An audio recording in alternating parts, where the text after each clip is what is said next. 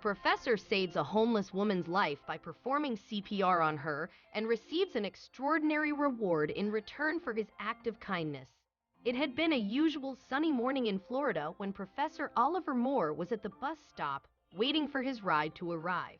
He was checking his watch frantically and was flipping the pages of his notes as he did every morning before his class.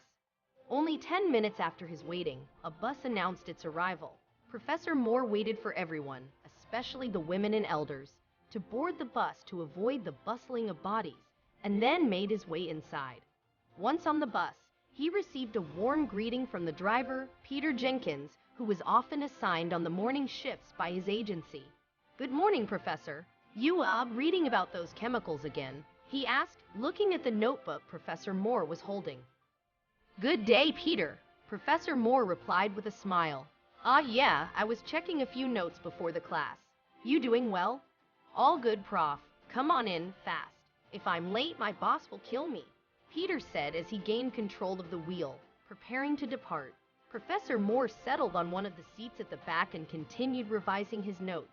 He was a chemistry professor at Hawking University in Florida, but Peter didn't really understand that chemistry was not just about chemicals. So every morning when he saw Professor Moore reading his notes, he thought the professor was reading about chemicals. Around 15 minutes later, the first stop of the day arrived. As some passengers disembarked, several others boarded, and it was amongst the new passengers that Professor Moore noticed a homeless woman.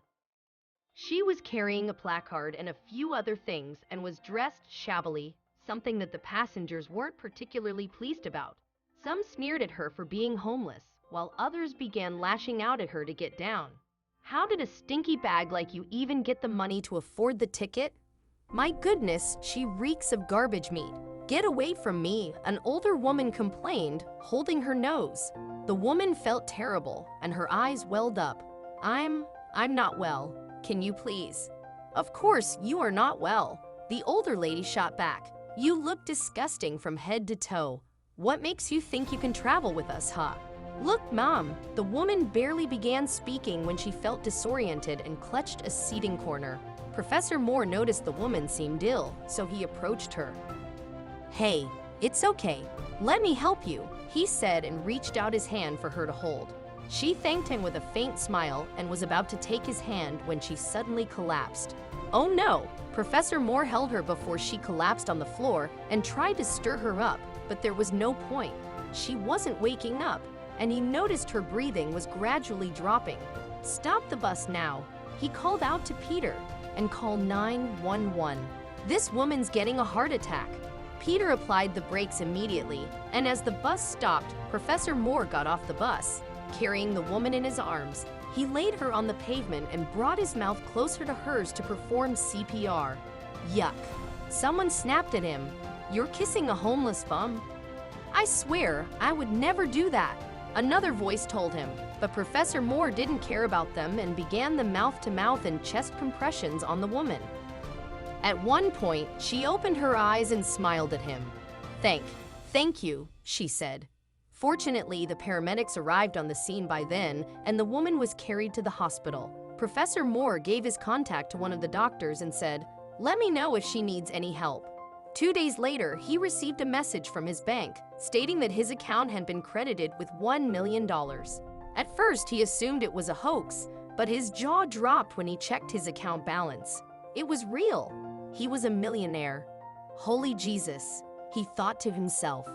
Suddenly, his phone rang and an unknown number flashed across the screen. "Hello, am I speaking to Mr. Oliver Moore?" The voice on the other end of the line asked him when he answered the call. "Yes. Good morning, Mr. Moore. This is Andrew Lester. Thanks for helping my wife yesterday. She, was on the bus, and I just found out that you saved her life by performing CPR." "Your wife? I'm sorry, I don't understand. Why would you just leave her on the streets then? Can't you? Actually, Prof, would you mind meeting at the hospital? I'd like to speak with you in person about something. I'm not sure I'm ready to talk about it like this on a phone call. I'll send you the address." "I'm okay. I'll see you there," Professor Moore replied and hung up. At this point, he had entirely forgotten about the millions and was perplexed as to why the woman was homeless while her husband was there to care for her. Were they separated? Had she run away from him? He quickly hired a cab and proceeded to the hospital to meet Andrew Lester. As he approached the reception desk, a man in a tuxedo greeted him. "Professor Moore, Andrew Lester." "I called you this morning," he said, extending his hand for a shake. "Oh yeah, Mr. Lester. So what was it that you wanted to talk about?" Professor Moore asked, shaking hands with him.